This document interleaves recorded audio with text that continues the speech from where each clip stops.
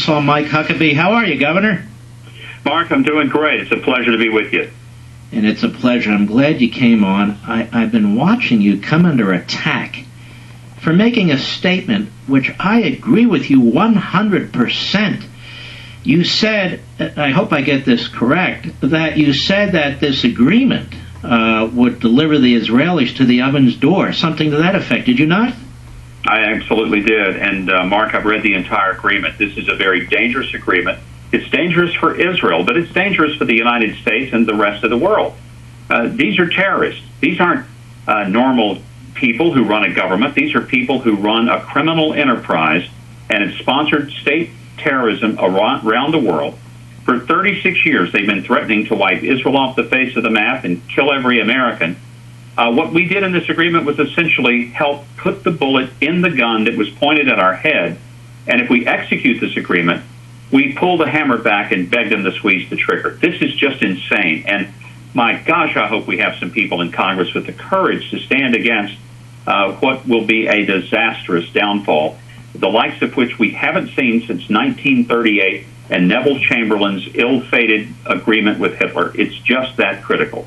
You are so right on. And I don't understand.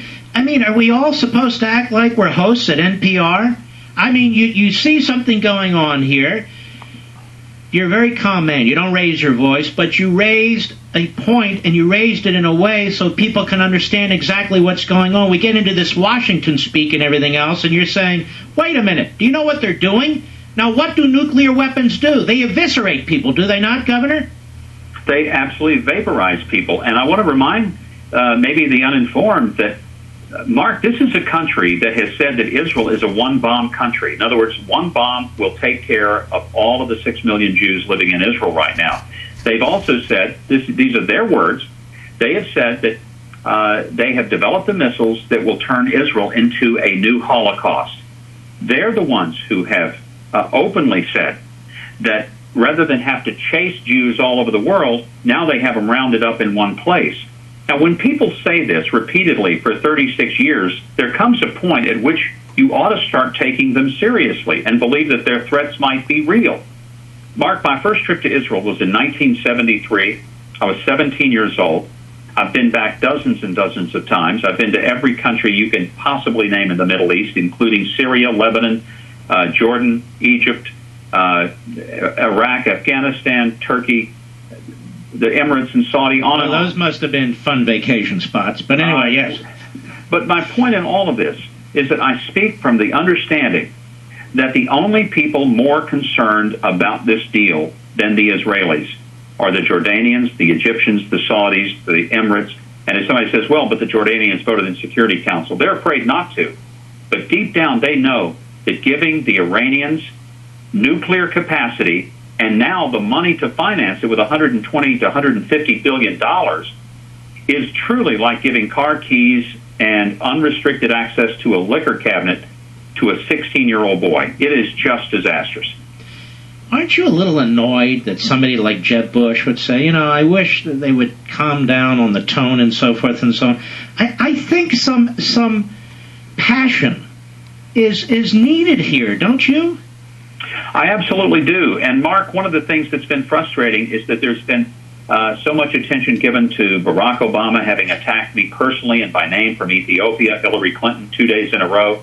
One of the few times she's answered a reporter's question in her entire quest for the presidency is to attack my statements. When Obama said that my comments were ridiculous and sad, my response was, Mr. President, what's ridiculous and sad is that you've just been sucker punched by the Iranians. There are 4 Americans that are still in that Iranian jail. And part of this deal, you never should have even started talking to them until you made it clear that those 4 Americans were going to be on an airplane back to the United States, that they would no longer talk in terms of destroying Israel. They would recognize it as a sovereign nation with the right for security and being left alone, and that you would quit chanting death to America.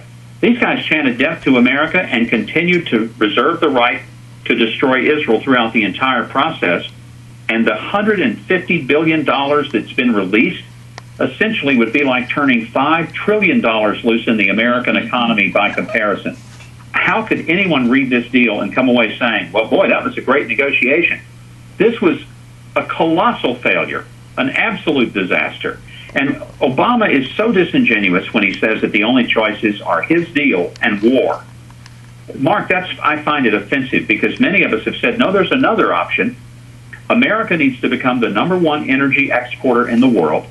We need to put the Russians, the Saudis, and the Iranians out of the energy business by developing the mass energy that we have in oil, gas, and coal in this country, as well as the other forms of energy. We'll supply Europe, Africa, and Asia. We'll take away the money that Putin has to move into Crimea and Ukraine. We'll take away the Iranian money and bankrupt them, where they'll have to surrender their evil regime. And we'll bankrupt the Saudis so that they won't be able to go around and finance the madrasas that teaches people how to be terrorists and fly airplanes into buildings. And we'll bring that prosperity and the millions of jobs back to America. That's a plan that I wish the president would think about rather than saying it's his plan or war. It doesn't have to be that way. That is a great